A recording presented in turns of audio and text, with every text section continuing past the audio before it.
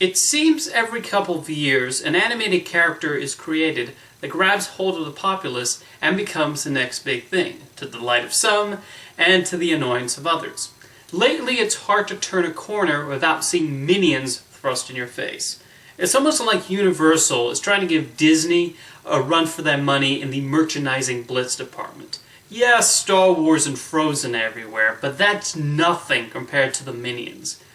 However, looking past the obvious toy-selling ploy, I still think the Minions are funny characters. And to get into that, let's take a peek into their history.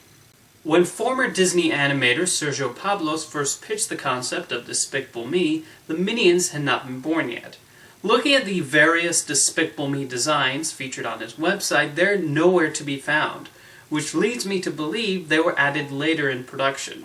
Shaped like little Twinkies, the Minions exist as a soundboard for Gru to declare his evil plans.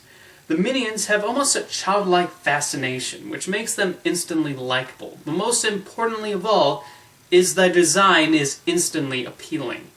It's very simple.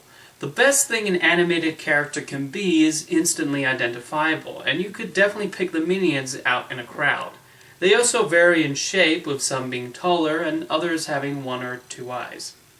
This early on, there was a lot of speculation about their origin. I assumed they were Twinkies that grew genetically modified to serve as his lackeys, but that's obviously turned out to be false. But it showed that even before the orphan girls came into the picture, Gru was always lonely and wanted companionship of some kind.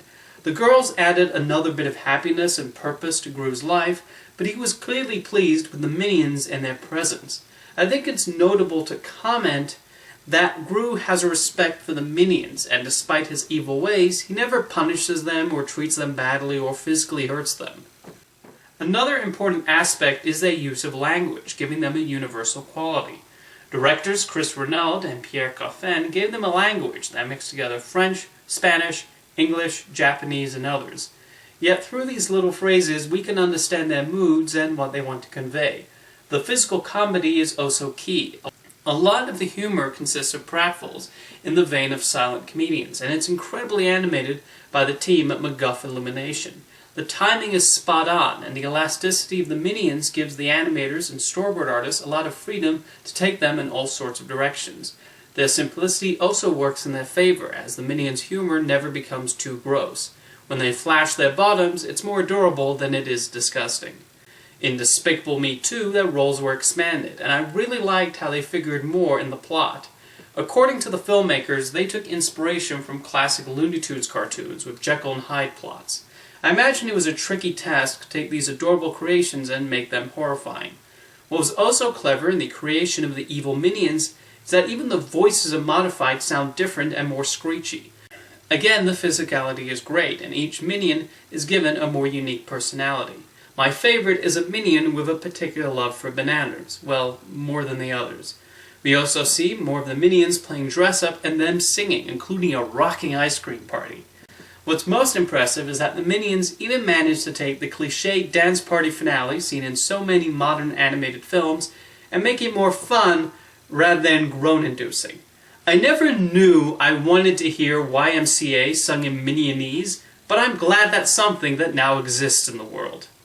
With the full-length movie Minions, we saw Pierre Coffin and the rest of the Illumination team try and expand the characters for an entire movie. And you know what? I'm cool with that. This is probably the most these characters have taken inspiration from classic silent comedians, and they actually mesh well with the 1960s setting.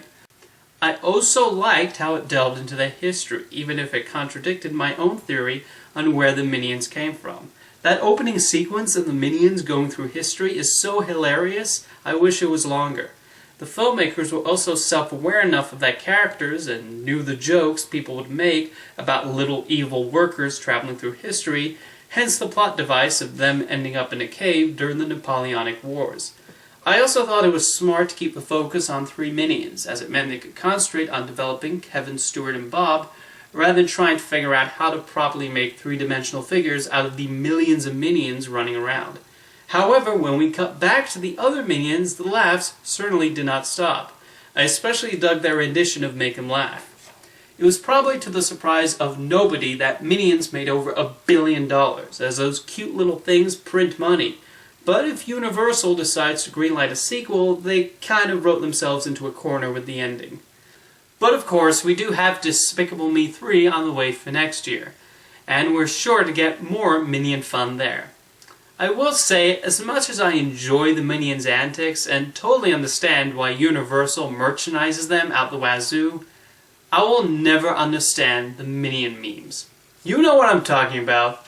These images you see on Facebook that take quotes that have nothing to do with Minions and photoshopping the little things next to them, because that somehow makes the quote more meaningful? I honestly don't get it. Who makes these things? Anyway, odd memes aside, I think Minions are going to continue to entertain us for many years to come. Well, those of us who like the Minions. If you don't, well, you're gonna have to endure them for quite a while, because they're not ever going to go away. They will haunt your dreams forever, and Universal is going to make all the money in the world. Even if the world becomes a Mad Max-like wasteland, the Minions will still be everywhere. Oh, what a day!